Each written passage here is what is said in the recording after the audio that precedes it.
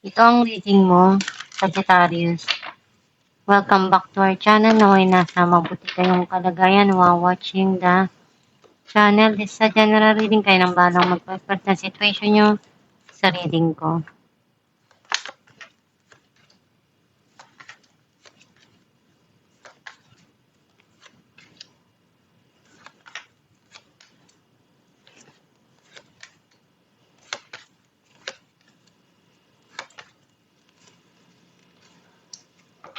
At the bottom of the deck, Page of Swords. I feel like ang nasisense ko na energy mo, andun yung may mga gusto kang sabihin sa yung isipan na i-communicate sa mga taong nasa paligid mo or sa isang tao na gusto mong linawin yung mga nangyari, gusto mong sabihin kung ano yung other side na alam mong story. Some of you, you're moving some people in your life. Ang mensahe ng card mo, meron ka ditong gusto ng kalimutan na nangyari sa buhay mo. Some of you, may gusto kang puntahan. Andun yung nakikita ko na mas lalo kang nagiging motivated dun sa passion na meron ka ngayon and pinagsisikapan mong mabuti dahil alam mo sa sarili mo na kailangan na gawin yon dahil mahalaga sa'yo yung pangarap mo, yung goal mo, yung passion na yon. And you are very honest and passionate sa mga dreams mo.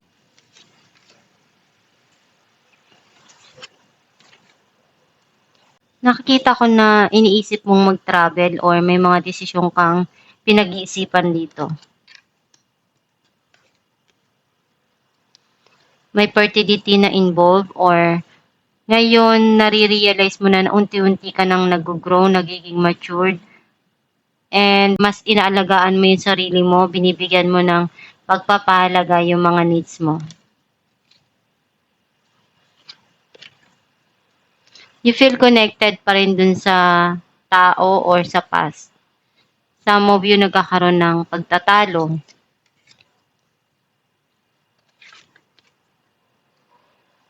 Gagawin mo lahat ng makakaya mo para dun sa mga gusto mong maabot sa buhay. Either sa pag-ibig man yan, sa financial, or sa mga dumarating sa buhay mo na gusto mong maiayos lahat at maisettle yung mga pangarap mo at dreams mo na makuha sila. Kasi may target ka na goal na gusto mong ma-achieve sa buhay. Nakikita ko na may mga na-overcome ka na pagsubok dito, na pinagdaanan mo na sobrang hirap. And even though hindi mo nakikita nung una na malalagpasan mo, pero nakayanan mo naman na malagpasan.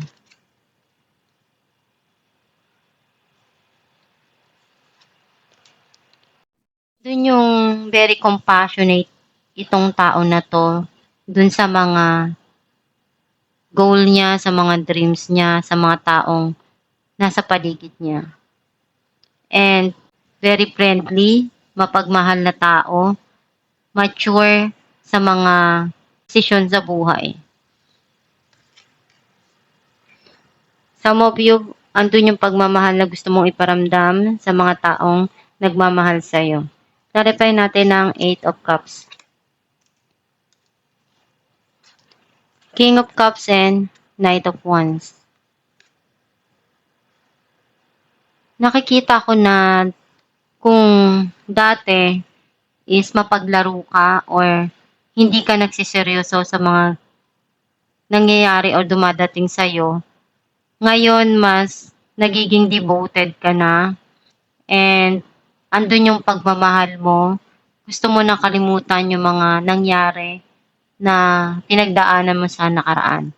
Some of you, andun yung pagmamahal nitong tao towards you na gustong ipadama and andun din yung passion niya. may mga bagay lang siyang pinagdaanan before na kailangan na niyang iwanan at kalimutan.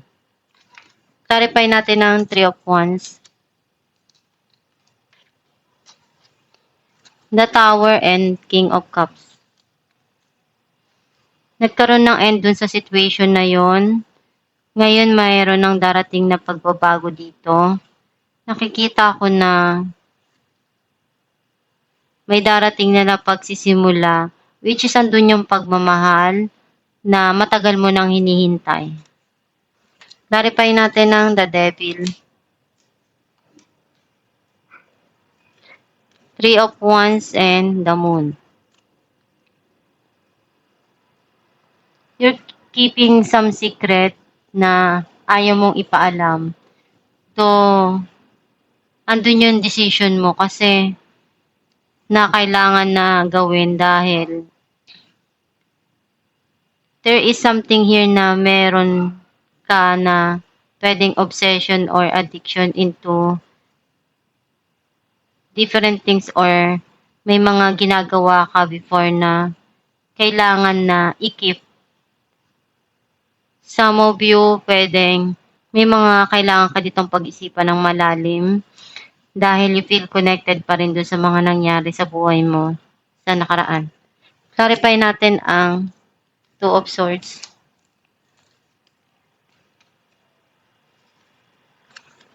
The Lovers and Seven of Pentacles.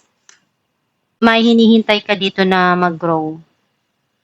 Na binigay mo yung effort mo, yung makakaya mo.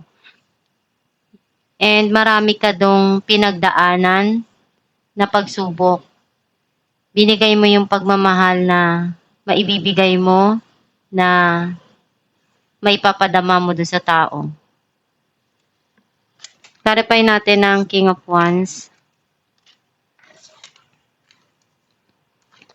Five of Cups and the Lovers. Naalala mo yung mga nangyari sa nakaraan. Minsan naiiyak ka kapag binabalikan mo. Kasi may panghihinayang na nangyari dahil minahal mo yung tao. Ginawa mo rin lahat ng makakaya mo. Or some of you, pwedeng yung person mo ito sa past na hindi kanya makalimutan. Kasi marami kayong pinagsamahan. Clarify natin the Empress. Knight of Wands and Knight of Pentacles.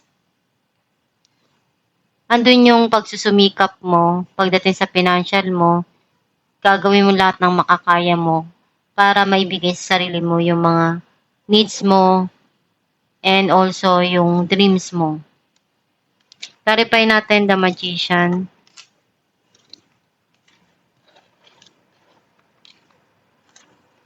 Three of Cups and Two of Cups. Magkakaroon ng pag-aayos dito or pagkikita.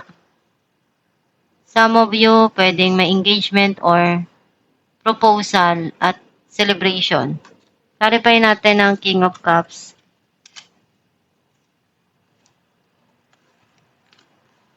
Three of Swords and Three of Swords. Nandun yung sobrang nasaktan ka sa mga pagsubok na pinagdaanan mo. Some of you, pwedeng yung past person mo. Yung sobrang nalungkot sa mga nangyari na pain. And nakikita ko dito na unti-unti mong nabago yung heartache na yon.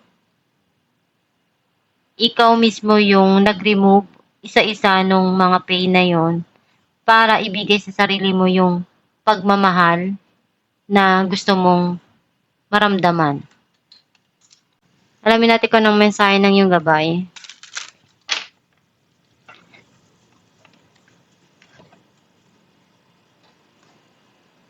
Cupid. We send great waves of love into your heart and mind, awakening your love for life itself. Your clear decision to accept and enjoy romance has triggered this reawakening. Allow yourself to spontaneously celebrate love in all of its glorious aspects. Ang mensahe ng yung gabay na yung gabay mo sa pag-ibig, kapag handa ka na ibigay para sa'yo yung pagmamahal na yun, darating at darating yun. Basta ipagdasal mo lang kung ano yung ninanais ng puso mo. And gawin mo lang yung mga bagay na magpapasaya para sa'yo. At kung ano yung desire ng puso mo, ihiling mo yun sa Diyos Ama para iyon yung ibigay sa'yo. Maging positibo lang sa pananaw sa buhay para yun yung ma-attract mo na outcome sa buhay mo. At itong yung reading, Sagittarius, kung nakaresonate ka, kindly comment down below. Thank you for watching.